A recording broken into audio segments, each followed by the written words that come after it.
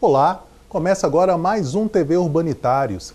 Derrotado na reforma da Previdência e sem pautas positivas em ano eleitoral, Michel Temer decreta intervenção militar no estado do Rio de Janeiro.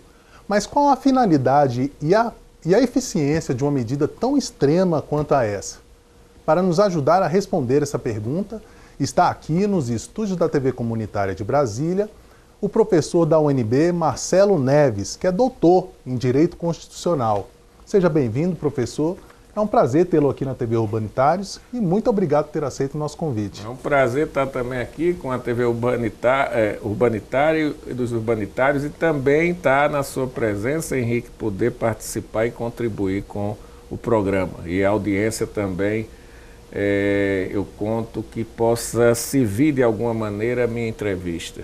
Com certeza, professor.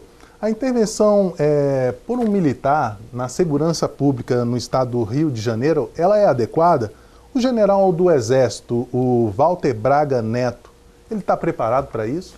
Eu acho que o militar, ele não é um homem apropriado para a segurança pública, o militar do Exército. O Exército tem um papel, as Forças Armadas, importante, defesa do território nacional e convulsões tipicamente civis, que seria em caso talvez de uma guerra civil, onde você precisaria de um estado de sítio. Porém, para uma intervenção na segurança pública é inadequado, porque já se disse que o militar ele é preparado para uma luta contra o inimigo.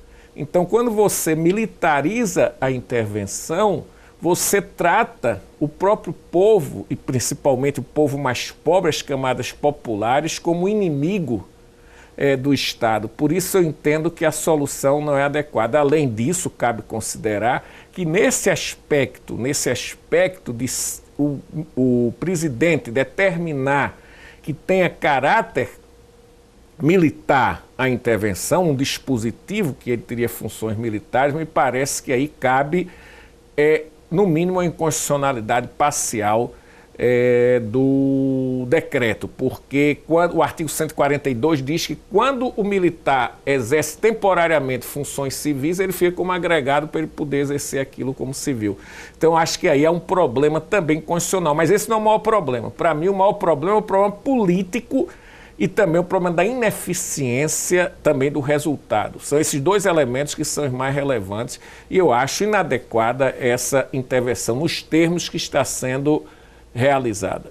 Até porque eventuais crimes que esses militares venham a cometer, eles não vão ser julgados na justiça civil, vão ser julgados na justiça militar, né? Isso já vem de uma lei do ano passado que modificou o Código Militar. Já essa lei que modificou o Código Militar ano passado, dando esse privilégio novo aos militares, essa lei já deveria também ser questionada na sua constitucionalidade, porque é uma prerrogativa que não se compadece, não se compatibiliza com o princípio da igualdade constitucional. Então, é claro, entre os militares, quando se trata dentro da esfera militar, é outra coisa. Você pode até ter o tratamento diferenciado, mas aí ele está atuando na área civil e, no meu entender, há um problema já nessa lei e também no decreto. Agora, professor, a grande maioria desses militares que estão lá nas ruas do Rio são jovens de aproximadamente 18 anos, né? Não têm maturidade, não têm experiência de vida e recebem salário mínimo para combater a bandidagem, traficantes, né? Se um general não está preparado para isso, esses garotos estão? Não, isso é desastroso. Na verdade, no meu entender, colocar esses soldados do Exército numa missão desse tipo é muito problemático. E o grande problema é que isso pode levar realmente a situações de muita violência, de descontrole. Porque os criminosos, e há, é claro, criminosos altamente experientes, com armas que vieram do próprias Forças Armadas, que foram do tráfico, por próprios militares fizeram, conseguiram vender corruptamente. Quer dizer, essas armas que eles detêm lá são muito poderosas. Então, no momento em que houver o ferimento de 1/3 desses soldados, pode haver uma reação mais violenta com efeito colateral destrutivo para a população.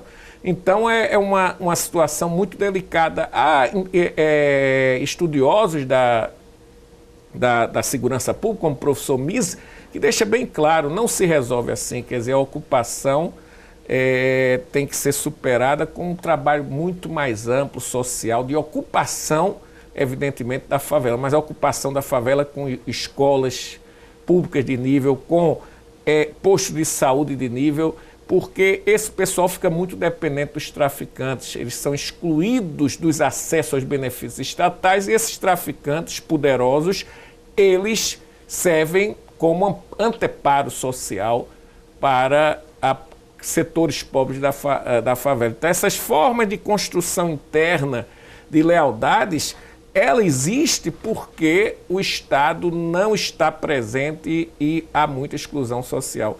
Portanto, para mim, o grande problema, o efeito negativo será para a população pobre do Rio de Janeiro, né?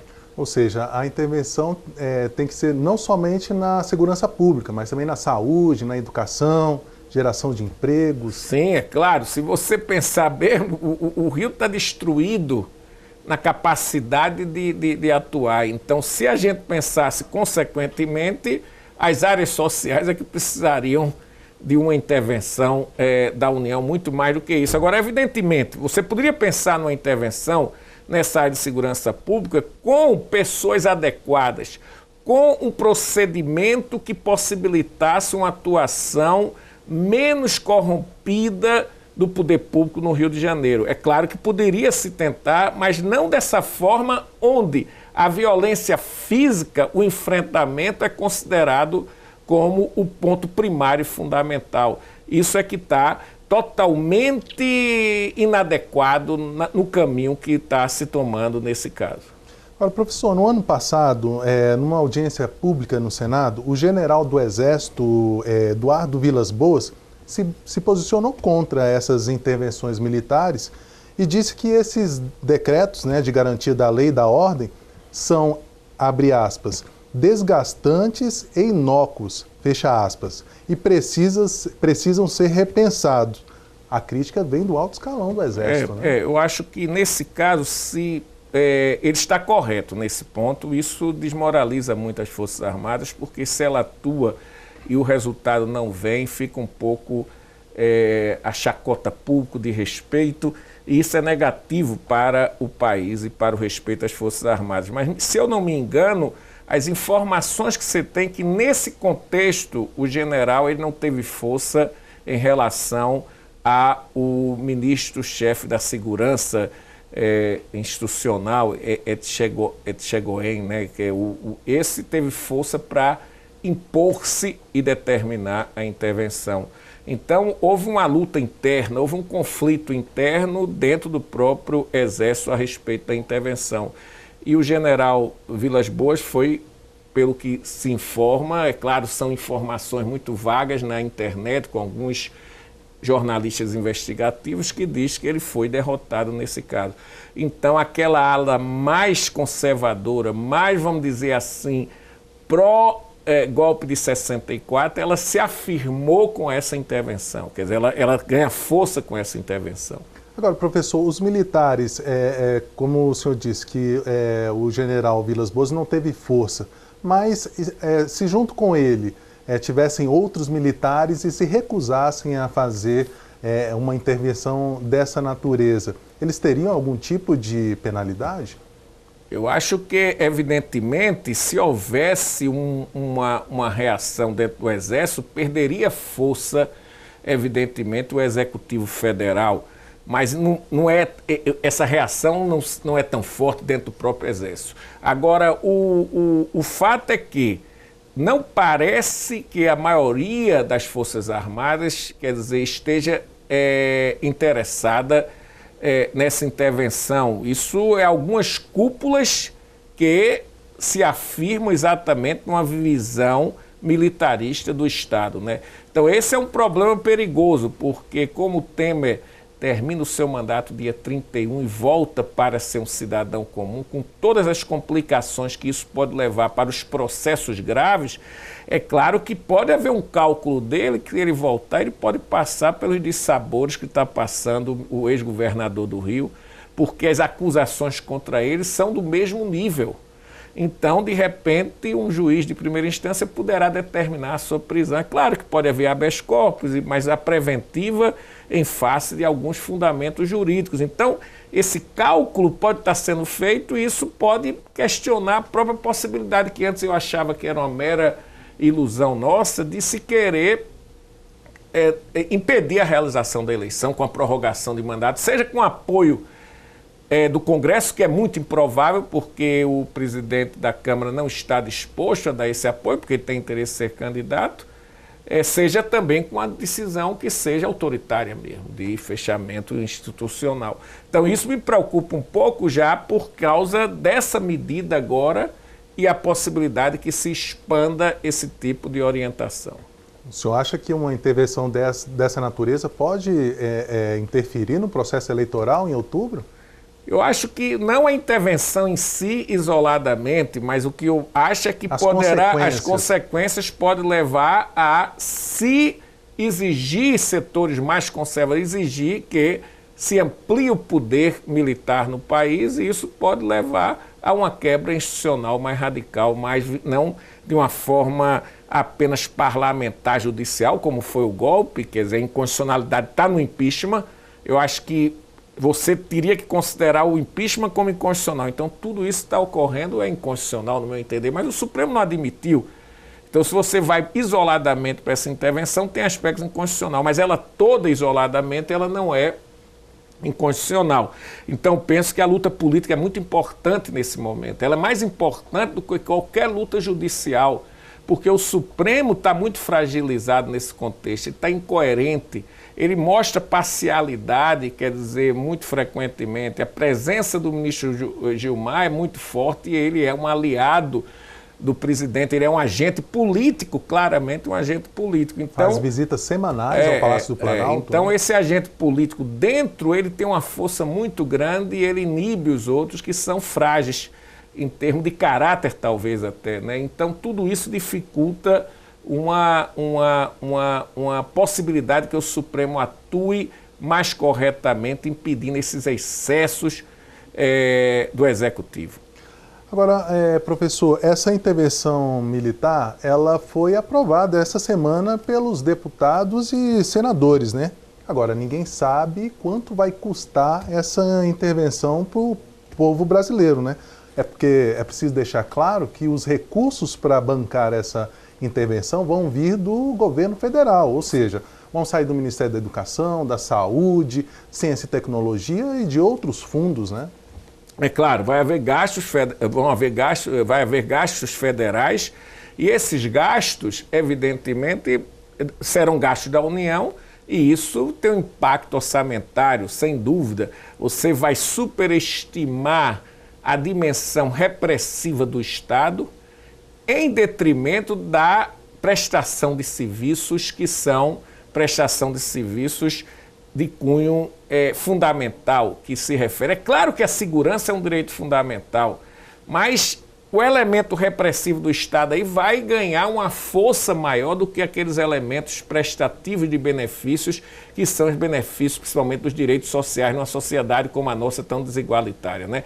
Então, esse é um problema que numa sociedade tão desigualitária, que os pressupostos não constitucionais da Constituição, os pressupostos não democráticos da democracia não estão presentes. Evidentemente, a democratização passa por uma política social includente, permanente.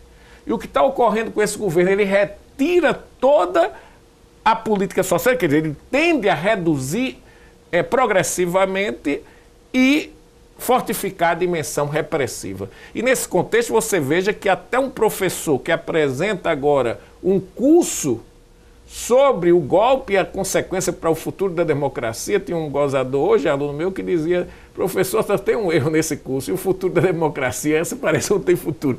Mas é uma brincadeira, mas esse professor faz um grupo criticando o fato político com autores de alto nível no debate. Luiz Felipe Miguel, um curso bem elaborado.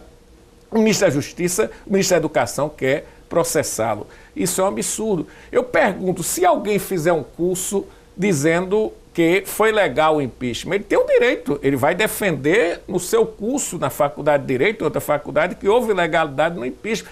Ele não pode ser processado por isso, mas quem diz que foi um golpe na universidade e quer discutir com os alunos uma matéria eletiva aquele tema, não pode ser prejudicado. Então isso é um absurdo por parte do ministro da Educação, que realmente é mais um ministro da repressão à educação do que um ministro da Educação. Tem sido isso. E é admirável que uma postura dessa venha de um ministro da Educação, né, professor? Agora, com relação a esses gastos ou investimentos, né, na intervenção, nada disso foi aprovado o decreto, e no decreto não constava, nem na discussão entre deputados e senadores, prestação de contas, né, transparência desses recursos, e muito ao contrário disso, as informações são sonegadas da população, né, autocensura. O Judiciário e o Ministério Público não deveriam ter um papel importante nesse processo? Eu acho que realmente há discussões sobre o fato que o decreto não determinar as fontes orçamentárias, então alguns discutem até a constitucionalidade. Eu acho muito improvável que esse aspecto o Supremo considere inconstitucional, mas o que pode se observar é a exigência de prestação de conta e exigir que sejam definidos quais são as verbas orçamentárias que vão ser usadas. E isso está totalmente intransparente. Então, nesse sentido, pode-se questionar também a intervenção. O que eu acho difícil é que haja uma postura consequente do Supremo para levar a sério isso a ponto de considerar o decreto totalmente inconstitucional. Tá entendendo? Ele pode determinar que se sane essa deficiência. Até porque a transparência também é um dos princípios da administração pública, né? Sim, é um dos princípios básicos da administração, publicidade, transparência, e evidentemente pode-se, a partir desse princípio, se desenvolver um argumento. Agora, eu penso que a argumentação jurídica, embora eu seja da área de direito, ela nesse contexto tem uma importância menor. Por quê? Porque o Estado de Direito não está funcionando adequadamente no Brasil atualmente. Quer dizer, o judiciário perdeu os seus limites legais e constitucionais e ele está atuando muito arbitrariamente, muito discricionariamente. Então, essa atuação do judiciário fora das balizas do Estado de Direito me faz considerar que a luta agora é mais uma luta de caráter, primariamente, mais importantemente, de caráter político. E aí a gente tem que se manifestar na esfera pública, eu digo na rua no sentido figurado, mas na esfera pública, na internet, nos movimentos sociais, temos que estar denunciando os absurdos dessa intervenção. A professora da Universidade Federal Fluminense, que é especialista em segurança pública, Jaqueline Muniz, ela disse que o que funciona na segurança pública é o dia a dia dos policiamentos, né, ostensivos, e a investigação da Polícia Civil. Não esse sobe e desce nos morros, né, nas comunidades, com intervenções militares cuja a finalidade, segundo ela, abre aspas, é a teatralidade operacional com rendimento político, eleitoral e midiático, fecha aspas. O senhor concorda com a análise dela? Eu acho dela? que ela tem razão. Eu diria assim que há uma espetacularização, a teatralidade. Essa espetacularização, ela serve para que uma população amedrontada, um tanto desesperada com a insegurança pública, essa população considere que aquela ação é positiva e isso tenha dividendos políticos. É aquela dimensão que eu falei no Brasil, aqui a constitucionalização simbólica, a legislação simbólica. Muitas vezes nós tomamos medidas como, por exemplo, vamos aumentar a pena, vamos criar uma nova lei, e tudo isso tem um caráter simbólico, mas não tem força normativa. Isso que a teatralidade, e tem o Murilo de Carvalho que falava do teatro de sombras, né, na obra dele histórica, quer dizer, você tem algo que fica como ficção e essa ficção é a própria realidade. Então as pessoas vão ficar admitindo que o governo está fazendo uma boa ação, mas essa ação é ineficiente. Então isso é uma distorção, cria aquilo que é uma ilusão para a população. E essa população também, pela atuação da mídia que contribui, a mídia não é crítica, a mídia não atua para esclarecimento, essa população toda se envolve nessa onda da segurança pública como um valor exclusivo e supremo, né? Então esse é o perigo que aquelas forças que apoiam Bolsonaro no Rio, elas podem tranquilamente migrar para apoiar o governo Temer, é um dos argumentos, porque ele está atuando e realizando esse tipo de política de segurança pública. Agora, professor, eu sei que o senhor é doutor em Direito Constitucional, a sua área não é segurança pública, mas que medidas, no seu ponto de vista, seriam importantes e relevantes nesse momento? As medidas, eu acho que medidas fundamentais em termos imediatos seria realmente uma reforma na Polícia Civil e Militar do Rio de Janeiro, uma reforma de quadros fundamental para que houvesse uma redução dos problemas internos de envolvimento de grande parte dos policiais com a criminalidade. Então isso para mim era fundamental, que houvesse realmente uma atuação administrativa de considerar a atuação daqueles que estão realmente envolvidos com o crime organizado e aí fortificar a dimensão da inteligência e não da repressão. Esse é o primeiro ponto. E aquelas outras que são noções fundamentais, que é o envolvimento maior do Estado nas políticas sociais na favela, uma presença mais dinâmica do Estado, não como repressor, mas como aquele que vem para emancipar, para incluir. Então esse é o ponto. Imediatamente eu diria que teria que ter uma reforma ampla na Polícia Civil e Militar do Rio de Janeiro e uma fortificação da inteligência. No sentido a longo prazo, essa postura de considerar a favela como uma parte da cidade do Rio de Janeiro, não como uma periferia de excluídos. Esse é o ponto que nós temos que considerar. Para que a gente possa de noite ir lá tomar uma cerveja e fazer as coisas sem nenhum problema. Quer dizer, qualquer um erro. O Rio, que é uma cidade muito bonita, né? Subir lá para ver lá de cima o Rio, né? Quer dizer, isso aí muitas vezes as pessoas ficam assustadas. Então, eu penso que é a inclusão, a integração do Rio de Janeiro para uma sociedade brasileira mais igualitária, né? Então, do ponto de vista do senhor, as polícias teriam que cortar na própria carne, tirando essa banda podre ali da polícia. Eu acho que teria que haver uma reforma, porque realmente há indícios de que grande parte do crime ele floresce porque uma parte da polícia é envolvida. E não é só isso. Tem a conivência também. Tem a conivência, mas também tem setores públicos também, pessoas não só da polícia, no poder público, que estão envolvidos, têm interesse nessa situação. É um crime realmente organizado, né? Seja dos traficantes, dos policiais, civis e militares, às vezes no Ministério Público, com juízes que vendem sentenças. É claro,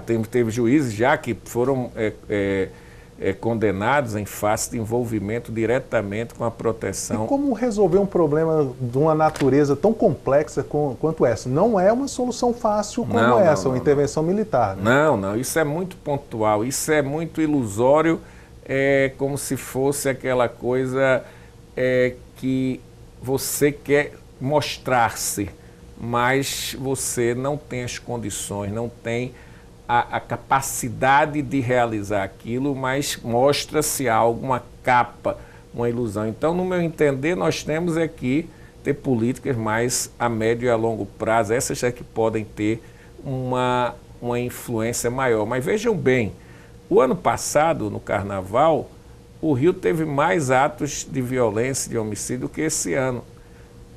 Sergipe tem quase o dobro da criminalidade do Rio. Mas no Rio há todo um jogo midiático da espetacularização do crime, e isso é que leva muito mais a essa ideia e essa provocação para fins de intervenção.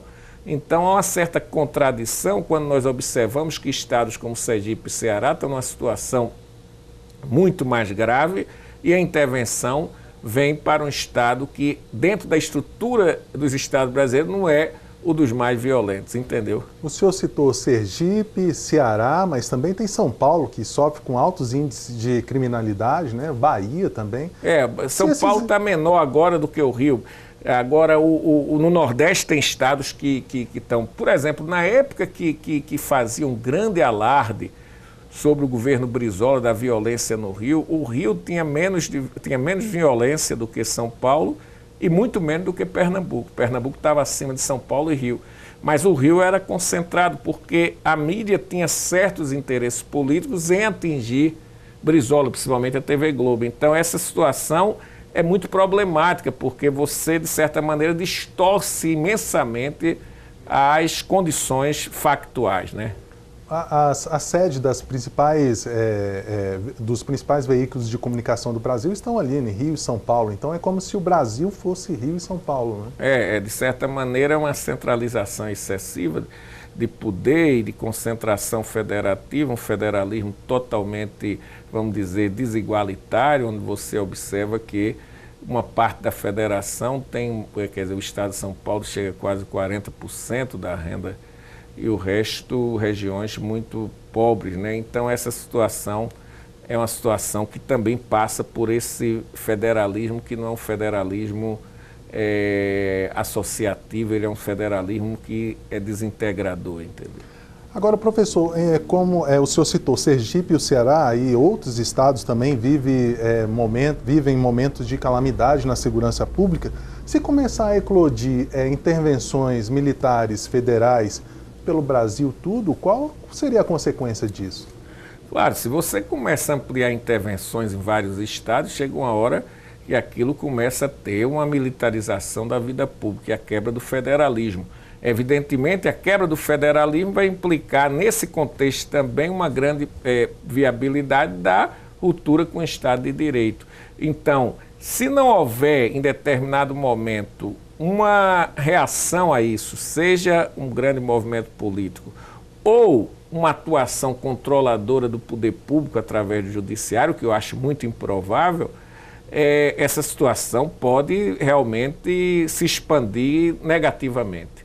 Então, nós temos que estar atento nesse momento exatamente para estar denunciando todos esses absurdos. Por exemplo, ontem, criancinhas que saíam das escolas tinham suas mochilas controladas. Isso também é uma postura totalmente absurda, porque as armas que eles têm são armas potentes, não dá para colocar ali numa mochila daquela. Falta bom senso. Bom senso. Eu acho que aí é o lado, vamos dizer assim, não de um militar, do Exército, das Forças Armadas, é aquele pessoa que não está preparada para atuar na segurança pública, não tem noção básica da gravidade da situação. Agora, professor, em entrevista ao blog do jornalista Luiz Nazif, o senhor disse que, abre aspas, as camadas mais pobres do Rio de Janeiro serão as mais prejudicadas porque elas podem ser alvo de violência sem critérios pelo Estado. Fecha aspas. E a população sabe disso. Inclusive, 3 rapazes fizeram um vídeo, dando dicas de sobrevivência nas abordagens por agentes do Estado. Isso repercutiu muito no Brasil e no exterior, inclusive. A abordagem desse pessoal é uma abordagem sempre muito discriminatória, e essa abordagem, sendo de cor negra e também mais pobre, juntando esses dois elementos, se fortifica intensamente o desprezo, a desconsideração, e a polícia, nesse ponto, já é algo que está vinculado à discriminação do Estado brasileiro em relação a esses setores sociais. Então, isso, num momento desse, com a presença militarizada, isso pode se fortificar, porque aí você tem a presença mais clara da violência física. Então eu concordo e vejo essa denúncia desses jovens como algo que nós temos que estar apresentando. Hoje nós temos uma vantagem. A filmagem que ia trazer para a internet é muito mais ampla do que naquele período que não havia esses mecanismos.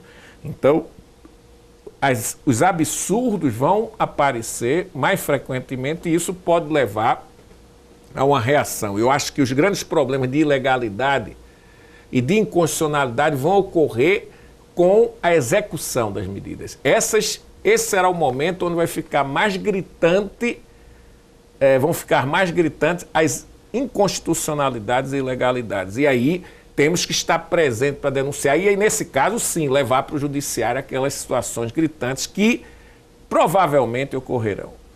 São dicas valiosas e importantes para essas pessoas da comunidade, porque certamente serão alvo dos militares, né, e da força de repressão do Estado policial brasileiro.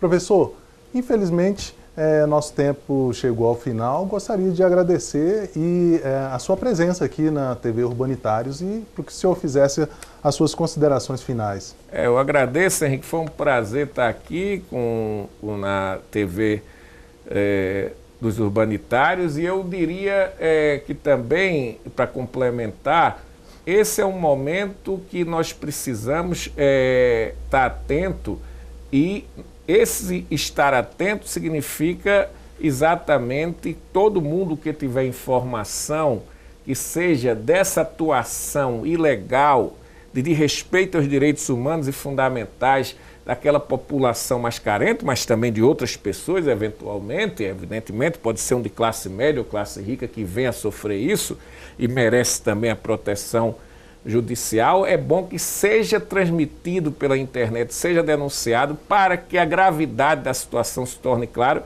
e talvez a gente possa chegar a um bom senso do Poder Judiciário, do Poder Público, para atuar mais efetivamente contra os efeitos negativos dessa intervenção.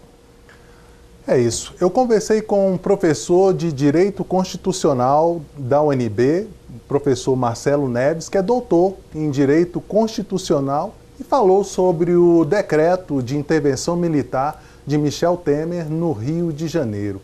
Você pode rever esta e outras entrevistas em nosso site www.urbanitariosdf.org.br ou em nossa página no YouTube, TV Urbanitários DF.